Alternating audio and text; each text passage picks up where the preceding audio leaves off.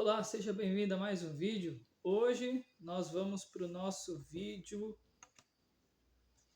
de número 10, tá?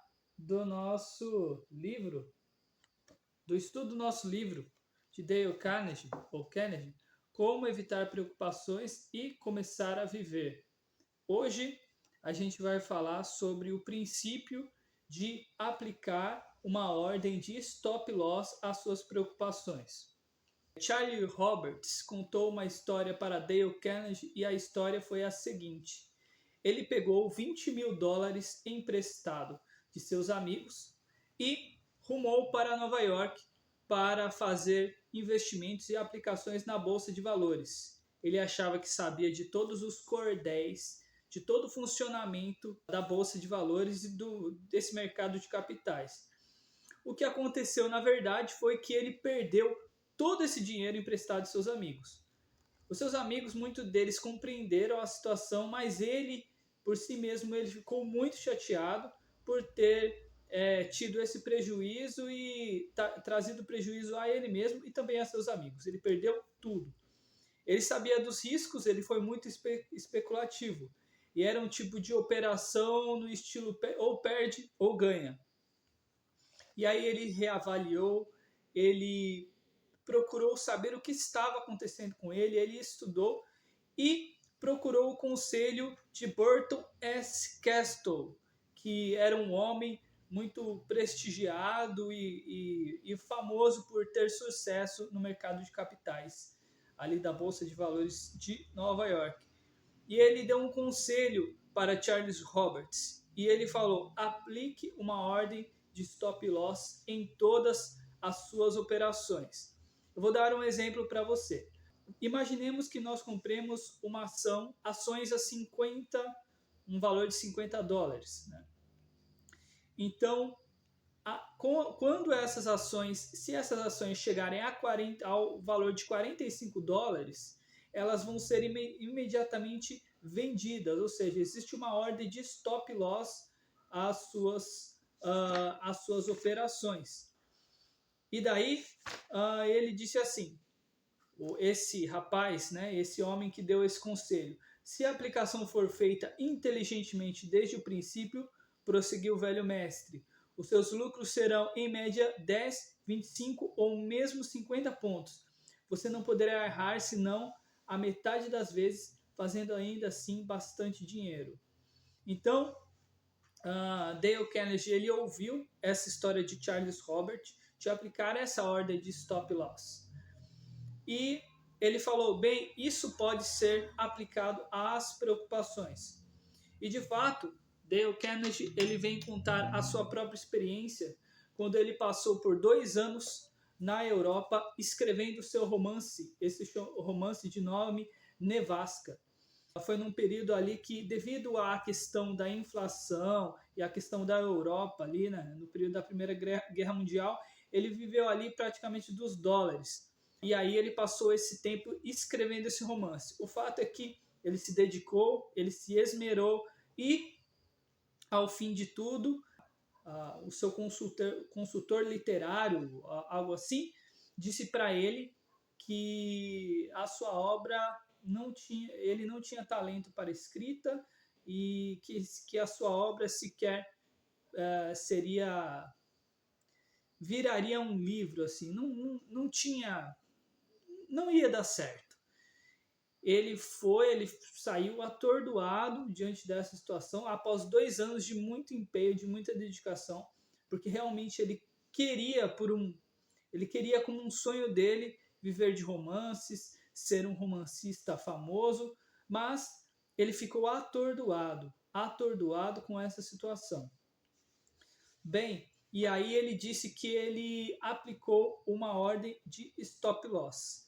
Ele tocou o barco para frente e voltou, né, ao seu ambiente e passou a dar os seus cursos para educação de adultos e passou a escrever biografias. E ele diz no livro, sendo uma dessas biografias, muitas delas neste livro que você está lendo. Então ele simplesmente tocou o barco para frente e não ficou se lamentando pelos 2 anos que ele passou escrevendo esse romance e por esse chacoalhão que ele recebeu dessa notícia desse rapaz e também de outras pessoas que diziam que ele não tinha talento. Ele aplicou uma ordem de stop loss às suas preocupações. Mas o livro ele vem trazer exemplos também de pessoas que não aplicaram essa ordem de stop loss. Um exemplo de Gilbert e Sullivan, que eram músicos extremamente famosos, né? Que compuseram canções impressionantes e belíssimas, mas houve um entrever entre eles, houve uma briga entre Gilbert e Sullivan, porque Sullivan ele encomendou um tapete para o teatro que eles tinham, né? E daí quando Gilbert viu a fatura do tapete, ficou indignado. Eles brigaram e isso foi inclusive aos tribunais e eles ficaram por anos e anos com ressentimentos por causa desta intriga por causa do tapete. Tanto que o livro fala que quando as apresentações aconteciam, ao final da apresentação musical, eles cumprimentavam a plateia, mas eles não olhavam um para o outro. Um outro exemplo é da própria tia de Dale Carnegie, a tia Edith. E a tia Edith, ela ficou chateada porque ela queria comprar uma cortina para sua casa e ela tentou abrir um crediário numa loja, mas o tio Frank, ele secretamente foi à loja de crediário e não permitiu, falou para que não abrissem crediário para sua esposa porque ele tinha medo que as dívidas elas se aviltassem, elas aumentassem e ele não tivesse condições de pagar.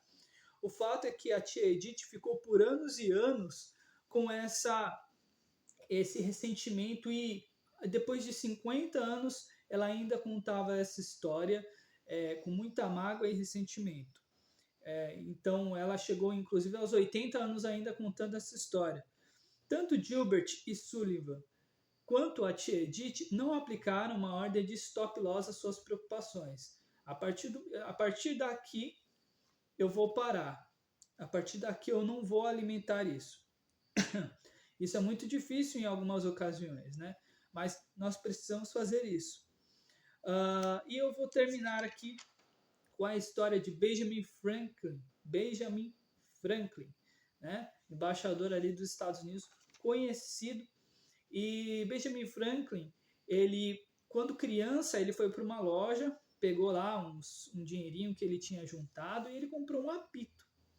E aí ele saiu da loja e ele começou, né, ali com a sua família a apitar para lá, apitar para cá, ficou muito feliz. A criança adorava aquele apito.